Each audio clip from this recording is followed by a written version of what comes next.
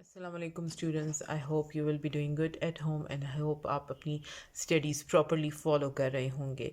और मुझे उम्मीद है कि आप लोगों ने अपना विंटर टास्क फुल कंप्लीट कर लिया होगा। As you know that we have started unit number 12 और हम उसके लास्ट टॉपिक्स में थे। Now we are going to see constellation which is on page number 136। अच्छा, कॉन्स्टिलेशन के बारे में हम पढ़ेंगे। A group of visible stars. ठीक है, कॉन्स्टिलेशन क्या है? एक ग्रुप है जो कि विजिबल स्टार्स यानी कि जो नज़र आते हैं, बहुत क्लियरली स्टार्स जो हमें नज़र आते हैं। That forms a pattern are called constellation. जो कि एक पैटर्न बनाते हैं उसको हम कॉन्स्टिलेशन कहते हैं। ठीक है, कॉन्स्टिलेशन किसको कहा जाता है? एक ग्रुप ऑफ विजिबल स्टार्स है जो कि फॉर्म करता है एक पैटर्न को। द पैटर्न दे फॉर्म, जो पैटर्न वो बनाते हैं, may take a shape of any object. और वो जो पैटर्न बनाते हैं वो किसी भी ऑब्जेक्ट की जो है वो शक्ल बना सकता है। लॉन्ग टाइम अगो, मतलब पहले जो लोग थे वो क्या करते थे, वो डिवाइड करते थे ब्राइट स्टार्स को, यानी जो ब्राइट स्टार्स हैं उनको वो लोग कहते थे कि ये कॉन्स्टिलेशंस हैं। And they named these constellation, और उनको नाम क्या दे दिया गया था उस कॉन्स्टिलेशन को, जो उन्होंने कहा था कि ये ब्राइट स्टार्स जो होती हैं वो कॉन्स्टिलेशन होती हैं, और उसका नेम उन्होंने फिर क्या दे दिया था? Mythical beans. ठीक है, ये उनका नाम दे दिया था, लेकिन इन रियलिटी जो है वो क्या करती थी, वो एक पैटर्न बनाती होती थी। पीपल ऑफ ग्रीस, ठीक है, ग्रीस के जो लोग हैं वो ये जानते होते थे कि कितनी कॉन्स्टिलेशन है, 48 कॉन्स्टिलेशंस मौजूद हैं। अब 1930 के अंदर एस्ट्रोनॉमर ने जो है वो डिवाइड किया था होल स्काई को, पूरे आसमान को उन्होंने डिवाइड कर दिया था 88 डिफरेंट कॉन्स्टिलेशंस में।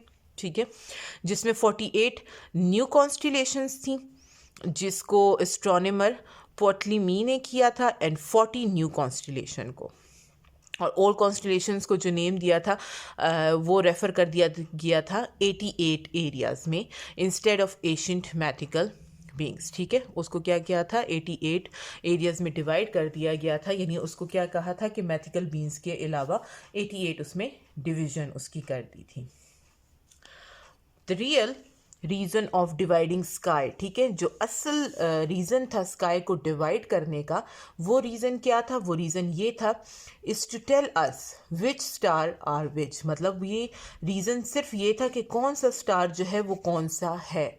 सिर्फ इस रीज़न की वजह से उन्होंने डिवीज़न की थी। द कॉन्स्टिलेशन हेल्प अस, ठीक है, कॉन्स्टिलेशन हमें मदद देती है किस चीज़ के लिए? वो ताकि हम आइडेंटिफाई कर सके स्टार्स को बाय डिवाइडिंग द स्काई।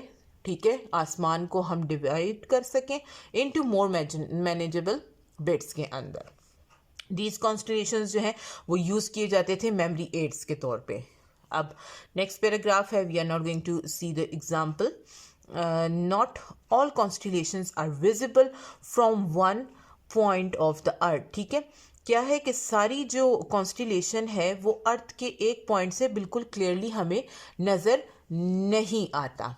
ठीक है, if you were able to see, अगर आप इसको देख सकते हैं कॉन्स्टिलेशन को फ्रॉम सम अदर पार्ट, या किसी और पार्ट के थ्रू आप उसको देख सकते हैं ऑफ द स्काई, यानी आसमान के थ्रू, तो वो क्या करेगा? It would look totally different. वो क्या होगा? वो बिल्कुल डिफरेंट आपको नज़र आएगा from what we see on the earth. यानी अगर हम ज़मीन से उसको देखते हैं तो वो बिल्कुल डिफरेंट नज़र आता है, और जब अगर आसमान के किसी पॉइंट से हम कॉन्स्टिलेशन को देखने की कोशिश करते हैं तो वो बिल्कुल डिफरेंट आता है। ऐसा क्यों है? क्योंकि जाहिर है ज़मीन से उसकी दूरी काफ़ी ज़्यादा है, तो उसमें अलग डिफरेंस नज़र आएगा, और आसमान से अगर हम पॉइंट पे देखेंगे तो वो ज़ाहिर है करीब नज़र आएंगे, तो उनमें डिफ्रेंशिएट जो है ईजीली हो सकता है कि अर्थ से बहुत दूर है, इस वजह से उसकी रोशनी भी हो सकता है हमें कम नज़र आए, और स्काई से उसकी रोशनी भी ज़्यादा नज़र आए।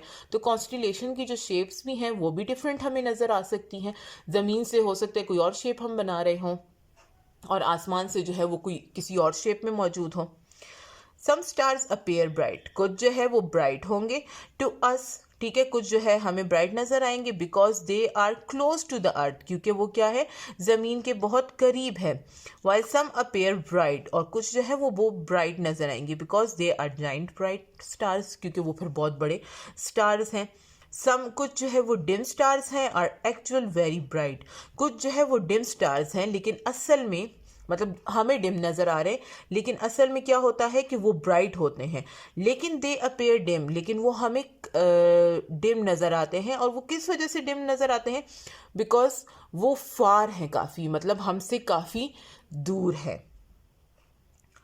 मतलब ज़मीन से बहुत दूर है, इसलिए हमें वो क्या होते हैं कि बहुत डिम नज़र आते हैं।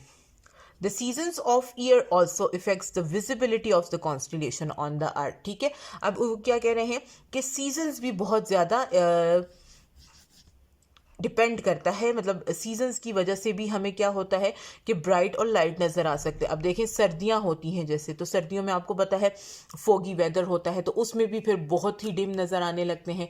और गर्मियां होती है तो उसमें तो कोई फोगी सीज़न नहीं होता, ना फोग वगैरह होती है, तो उसमें हमें वो ज़्यादा ब्राइट नज़र आते हैं। तो सीजन्स भी वेरी करते हैं और दूसरा क्या है कि पॉइंट्स भी वेरी करते हैं। अगर ज़मीन के एक हिस्से से यानी एक शहर से हम देख रहे हैं तो वो अलग नज़र आएगा, दूसरे शहर से देख रहे तो हो सकता है मे बी उसमें डिफरेंस नज़र आए, या ये हो सकता है कि कंट्री टू कंट्री भी वेरी करता है, वो भी चेंज नज़र आ सकता है। ठीक है, ये हमारा टॉपिक था कॉन्स्टिलेशन का। आई होप ये आपको समझ आ गया होगा, and thank you so much for watching the video. If you have any query you can ask me. अल्लाह हाफिज़।